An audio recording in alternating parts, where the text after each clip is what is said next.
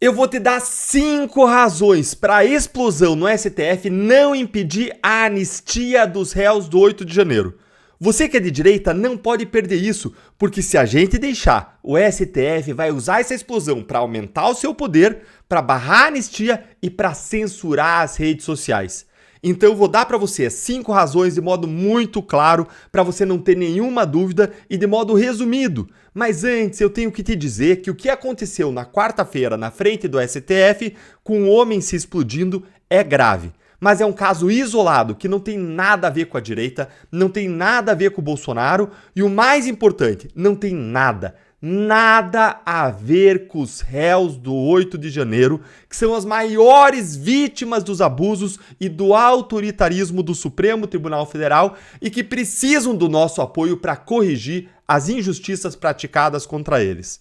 Para eu te dar 5 razões, assiste aqui comigo antes a esse vídeo de 30 segundos da Natuza Neri, da Globo News, falando o que os ministros do Supremo estão fazendo agora, nos bastidores, escondidinho, contra a anistia, porque é muito absurdo. Olha aí. Está enterrado. Eu publiquei no meu blog uma informação ainda nessa madrugada, Dani, dizendo que ministros do Supremo acionaram todas as lideranças do Congresso dizendo: acabou essa história de anistia. Não ousem tratar disso, porque a gente não vai permitir depois do que aconteceu. Então, eu não acho que é só por esse ano, não. Acho que a tentativa de anistia, ela fica, pelo menos, na geladeira. Está enterrado.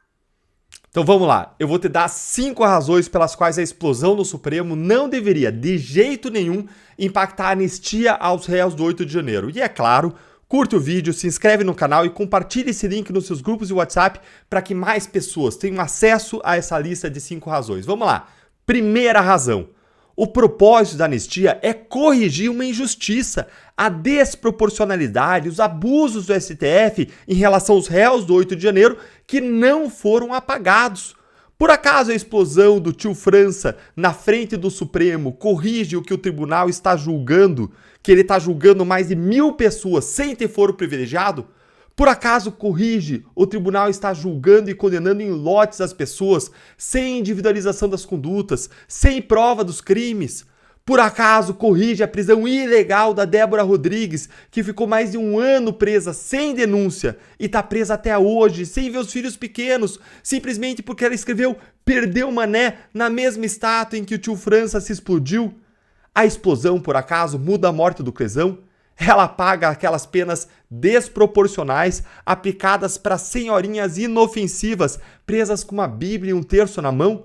Não, é claro que não. O incidente não muda nem apaga nenhum desses abusos que eu acabei de citar. E tem dezenas de outros que eu não mencionei. A anistia continua sendo necessária para se fazer justiça. Segunda razão, o incidente não tem qualquer relação com o 8 de janeiro. Pelo que saiu até agora, não tem provas de que o tio França esteve ou participou do 8 de janeiro. Nada indica que ele fez o que ele fez porque ele estaria insatisfeito com a eleição do Lula, como os manifestantes do 8 de janeiro estavam. Não, ele era uma pessoa claramente doente, desequilibrada, que precisava de ajuda e que resolveu dar cabo à própria vida de maneira desesperada para chamar a atenção para o que ele queria, que em uma das mensagens era afastar Lula e Bolsonaro da vida pública. O 8 de janeiro foi uma manifestação de pessoas bolsonaristas. E esse homem não era bolsonarista, ele criticava Bolsonaro. Quem disse que ele era bolsonarista, inclusive a grande imprensa, foi desmentido e teve que se retratar, teve que voltar atrás. Terceira razão, a narrativa do ministro Alexandre de Moraes contra a anistia não é verdadeira. Ele disse hoje que há uma causa comum entre o 8 de janeiro e o incidente, que seria o discurso de ódio contra as instituições nas redes sociais. Mas isso não é verdade por 3 razões. Primeiro, críticas não são ataques. Segundo, calúnia, injúria e difamação já são crimes, então que eventuais excessos sejam punidos na forma da lei. Mas quem que fez isso? Em qual caso? Quem que fez que se responsabilize, que seja responsabilizado, mas não barre a anistia por isso, não faz sentido. Terceiro, será que não está na hora do STF fazer uma autocrítica? Os abusos do STF e de Moraes são justamente a razão pela qual tantos brasileiros não confiam nos ministros, não confiam no tribunal e criticam o tribunal. Nada justifica a violência, mas Moraes está colocando críticas legítimas e violência num mesmo balaio, com uma forma de macular, contaminar as críticas, que são legítimas e são essenciais numa democracia. Quarta razão, o movimento contra a anistia está vindo do próprio STF. Hã? Sim, do STF, de uma maneira absolutamente ilegal, contrária às leis, contrária à Constituição, ao Código de Ética da Magistratura, que proíbe juízes de exercerem atividade político-partidária.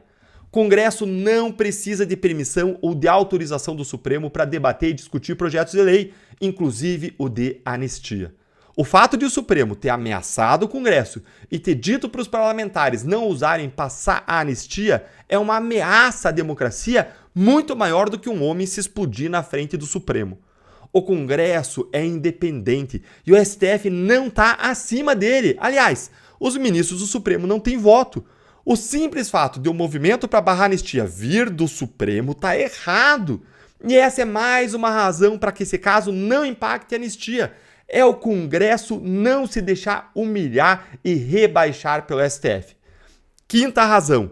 Além do STF usar o incidente para pretender barrar a anistia, ele já está usando o que aconteceu também para tentar regulamentar as redes sociais, ou seja, para impor a censura, do mesmo jeito que tentaram fazer quando teve aquele atentado da escola de Santa Catarina, usando os casos como um pretexto ou uma desculpa para passar na marra a regulação das redes, sendo que uma coisa não tinha nada a ver com a outra, porque nem o caso de Santa Catarina, nem o caso da explosão do Supremo, nada do PL da censura impediria esses atentados. Vocês mentiram antes e continuam mentindo para a população para enfiar a censura goela abaixo dos brasileiros. Isso sim é espalhar desinformação.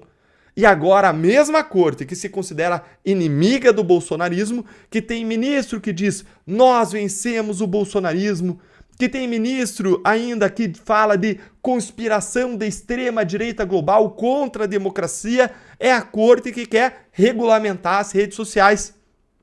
Eu analisei essas 5 razões em um artigo publicado hoje, nessa sexta, na Gazeta do Povo. E lá você confere não só esse, mas vários outros artigos meus com análises exclusivas. Então eu vou deixar aqui na descrição um link para você assinar a Gazeta com uma super promoção de Black Friday imperdível.